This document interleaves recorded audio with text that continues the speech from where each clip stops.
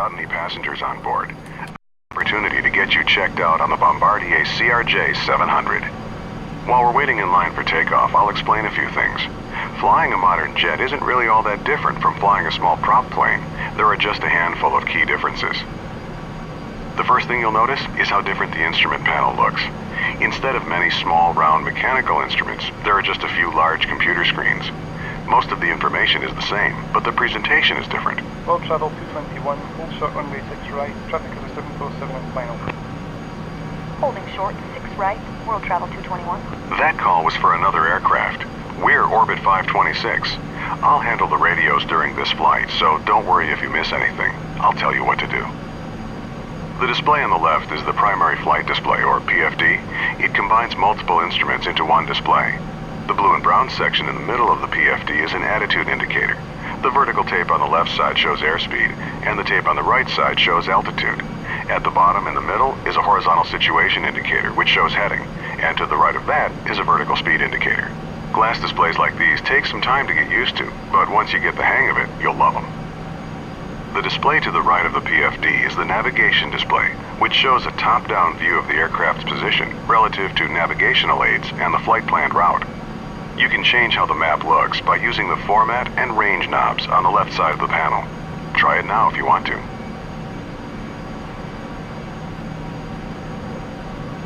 Okay, the third display is the Engine Indication and Crew Alerting System, or ICAS. The default page shows engine information, gear and flap positions, fuel quantity, and warning and caution messages.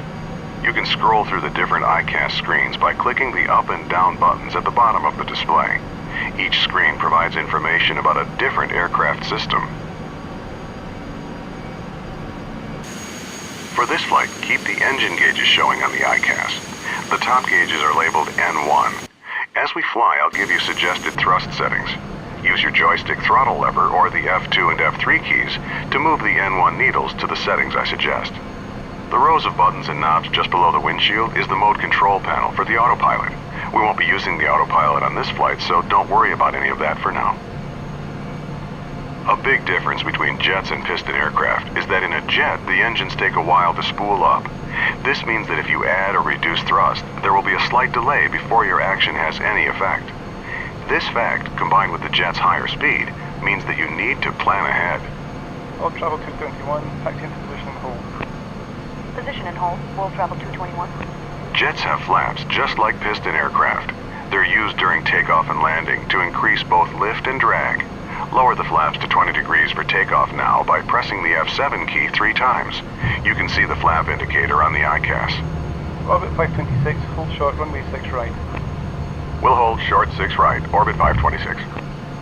Okay, follow the 737 ahead of us, but hold short of the runway.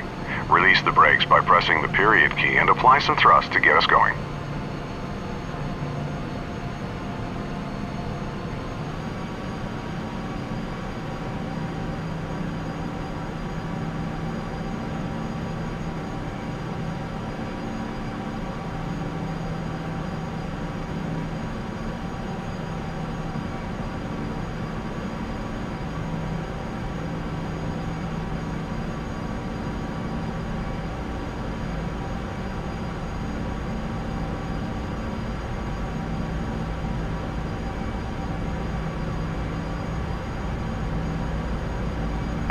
Stop here. One last thing. During the takeoff roll, I'll call out 4 speeds. When I call 80 knots, glance at your airspeed tape to verify it's moving and indicating approximately the same speed as mine. When I call V1, it means we're at the speed where we're committed to taking off, because there isn't enough runway to stop at that point. When I say rotate, gently pull back on the stick and rotate the nose into the air. Finally, I'll call V2 when we reach the minimum safety speed at which we can safely climb on just one engine if there's a failure. World Travel 221, winds calm, good to take off. World Travel 221, rolling.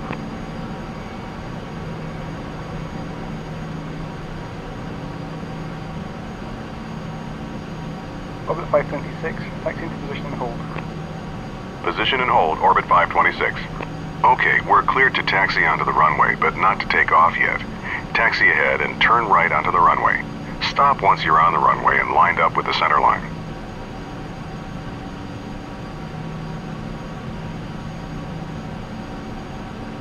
Press Shift 5 to display the overhead panel and turn on the landing light by clicking the switch in the lower left corner.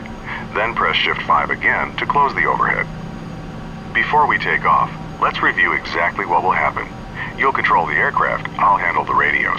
I'll call out 80 knots, V1, rotate, and V2. When I say rotate, gently pull back on the stick to raise the nose to 15 degrees nose up on the primary flight display. I'll tell you to retract the landing gear once we're climbing. Once we reach 1,000 feet above the runway, I'll tell you to pitch down to 10 degrees nose up and to raise the flaps so we can accelerate. Our initial climb will be to our cruise altitude of 6,000 feet, and the departure controller will probably tell us to make a left turn to the west. I'll let you know when to turn. You're over-controlling. Use less pressure on the stick. Orbit 526, winds are calm, runway 6 right, cleared for takeoff. Cleared for takeoff, orbit 526. All right, we're cleared to go.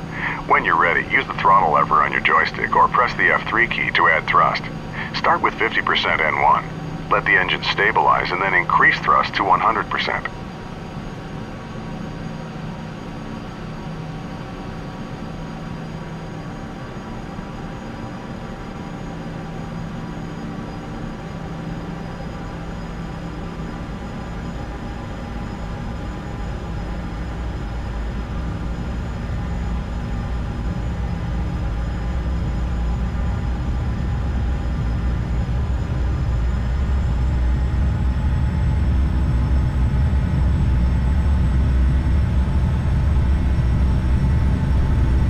Knots. V1. Rotate. Slowly pitch up to 15 degrees. V2.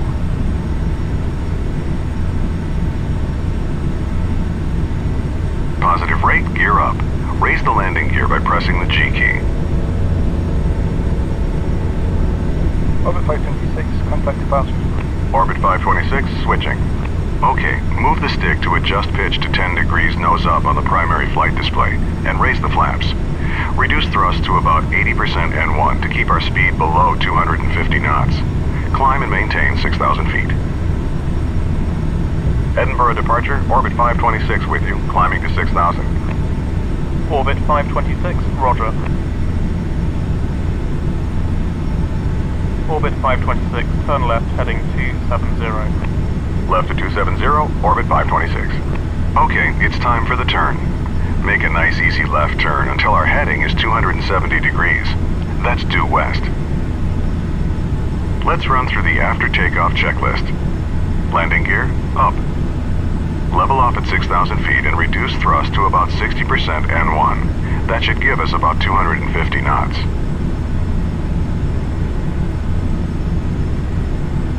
Flaps, up. We're above our assigned altitude. Descend to 6,000 feet. We'll stay low on this short flight, so don't exceed 250 knots and keep the landing lights on. This is standard practice below 10,000 feet.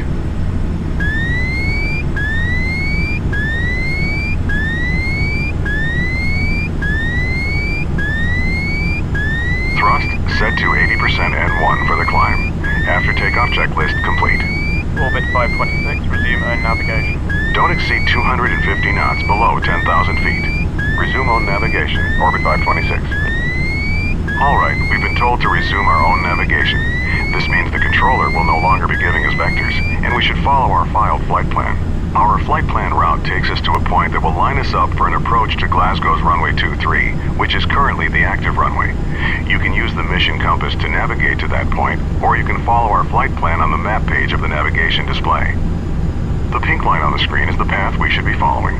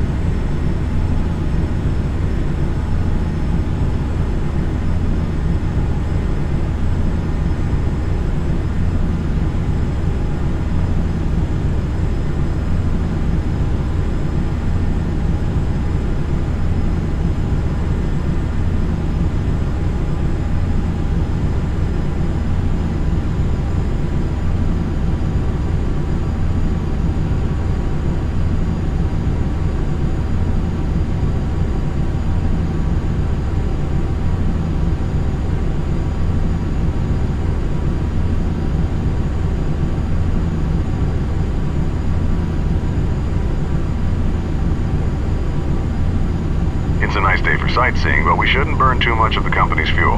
Take us south to get us back on track. You might want to take another look at the flight plan on the navigation display. We're too far east. Fly west to take us to Glasgow.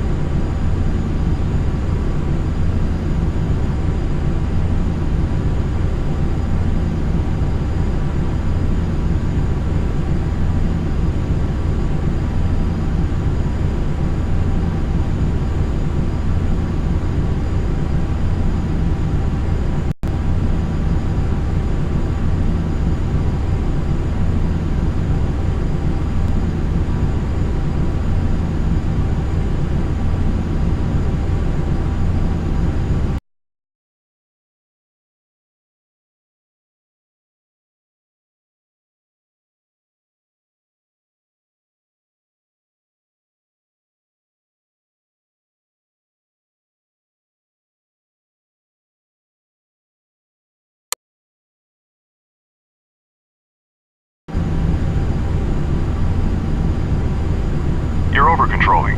Use less pressure on the stick.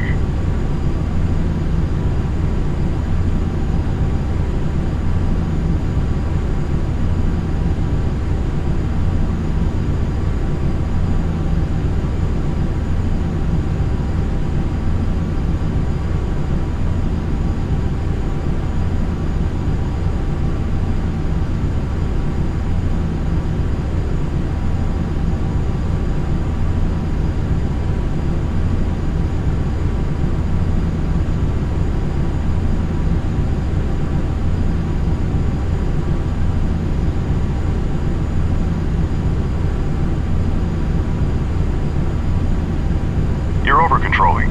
Use less pressure on the stick.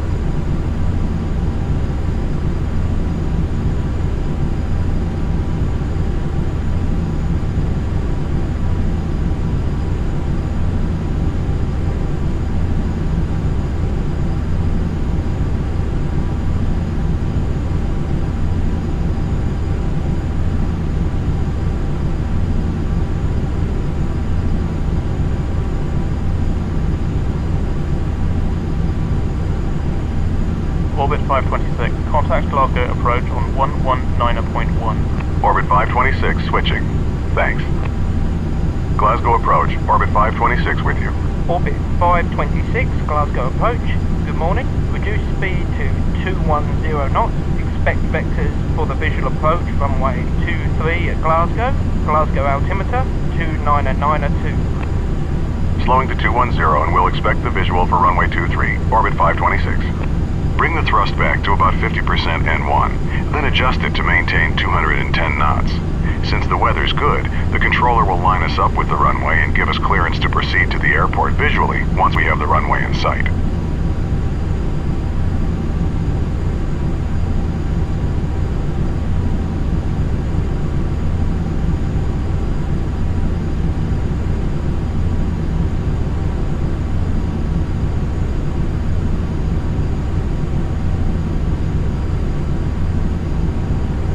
Orbit 526, descend and maintain 3000. Descend and maintain 3000, Orbit 526. Okay, we've got clearance to descend to 3000 feet. Reduce thrust to idle and gently push forward on the stick to take us down. Pitch to about 7 degrees nose down to maintain 210 knots as we descend.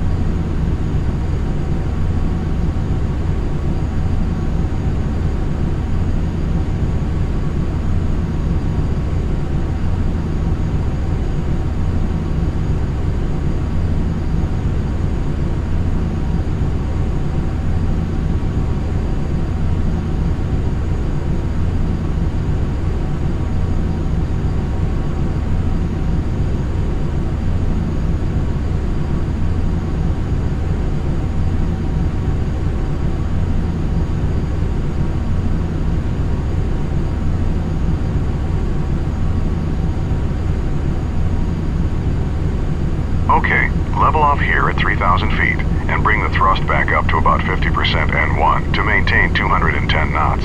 Orbit 526, reduce speed to 180 knots.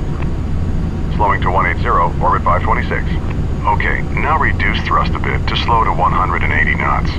Pull back on the stick a bit to keep the nose from dropping. Maintain 3,000 feet as you slow down.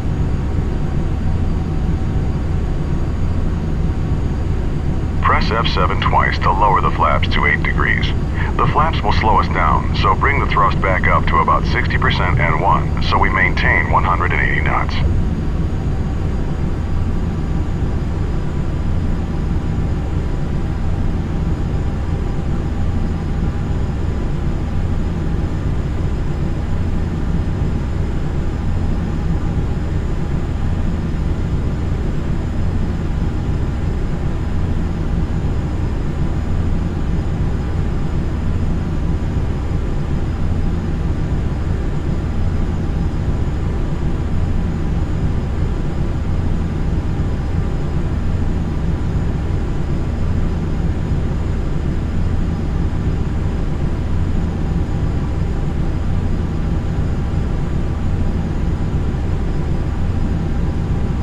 Orbit 526, turn left heading 230, vectors for the visual approach runway 23, report the runway in sight. Left to 230, looking for the runway, Orbit 526. Here we go. Turn left to 230 degrees. We should see the runway straight ahead once we roll out. Okay, I see the runway. Approach, orbit 526 has the runway in sight. Orbit 526, cleared visual approach, runway 23. Cleared for the visual, orbit 526. Reduce thrust to idle and begin descending towards the runway. Lower the landing gear by pressing G and lower full flaps as we slow down. Press F7 3 times. In a large aircraft like this, the speed you land at changes depending on how heavy you are. At our current weight, our final approach speed will be 130 knots. Adjust thrust to maintain 130 knots as we descend toward the runway.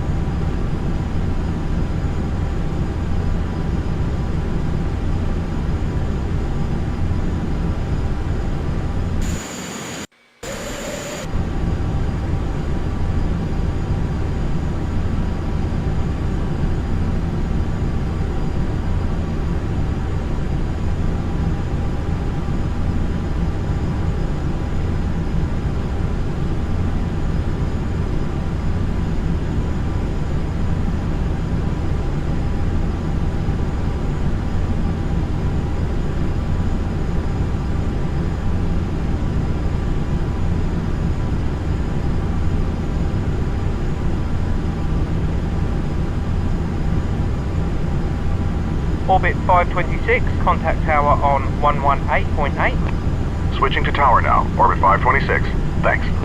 Glasgow Tower, orbit 526 with you on the visual approach for runway 23.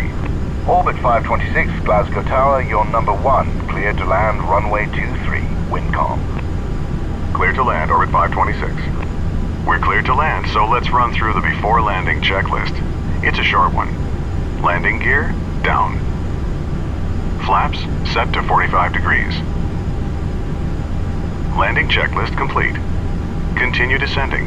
Once we're about 50 feet over the runway, reduce thrust to idle and pull back on the stick slightly to touch down on the main wheels first. Then, slowly lower the nose.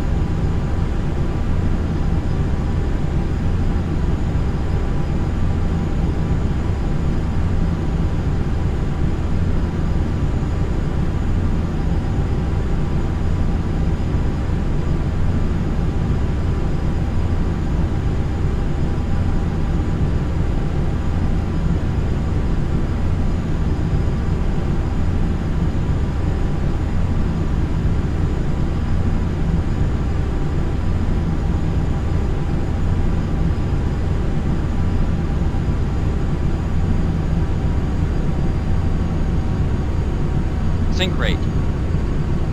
Sink rate. Sink rate. Pull up. Sink rate.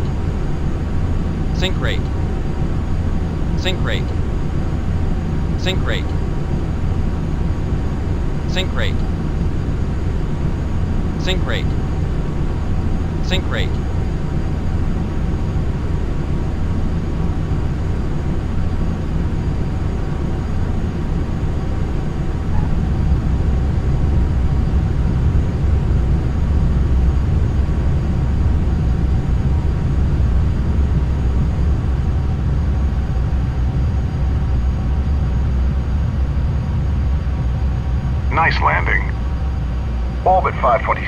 Turn left next taxiway and contact ground on 121.7. Ground on 121.7, orbit 526. Turn left on the next taxiway. Once you're clear of the runway, stop, retract the flaps, and turn off the landing lights.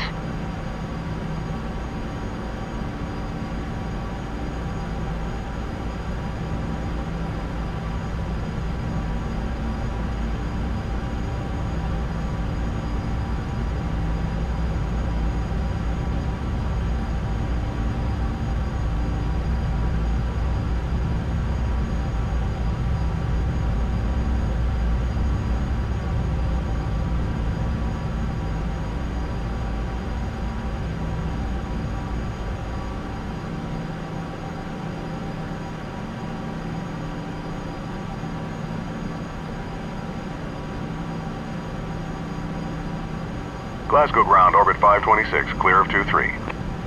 Orbit 526, taxi to the gate. Follow the 737 on the taxiway all the way to the ramp. We'll follow the 37, orbit 526. Okay, just follow that 737 on the taxiway. He's going to the same ramp, just a different gate.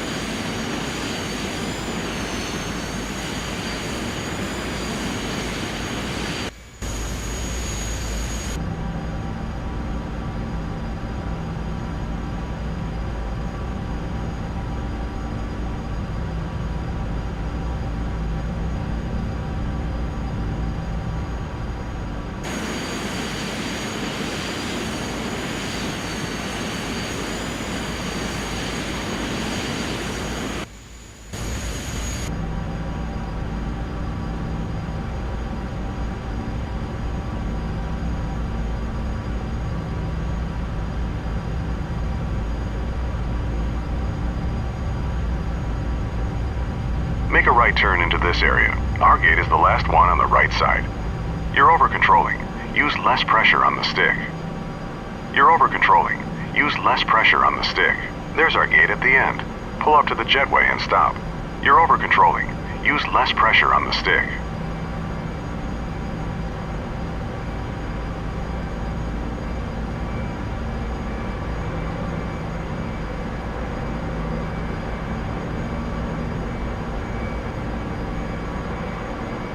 You're over-controlling. Use less pressure on the stick. You're over-controlling. Use less pressure on the stick. You're over-controlling. Use less pressure on the stick.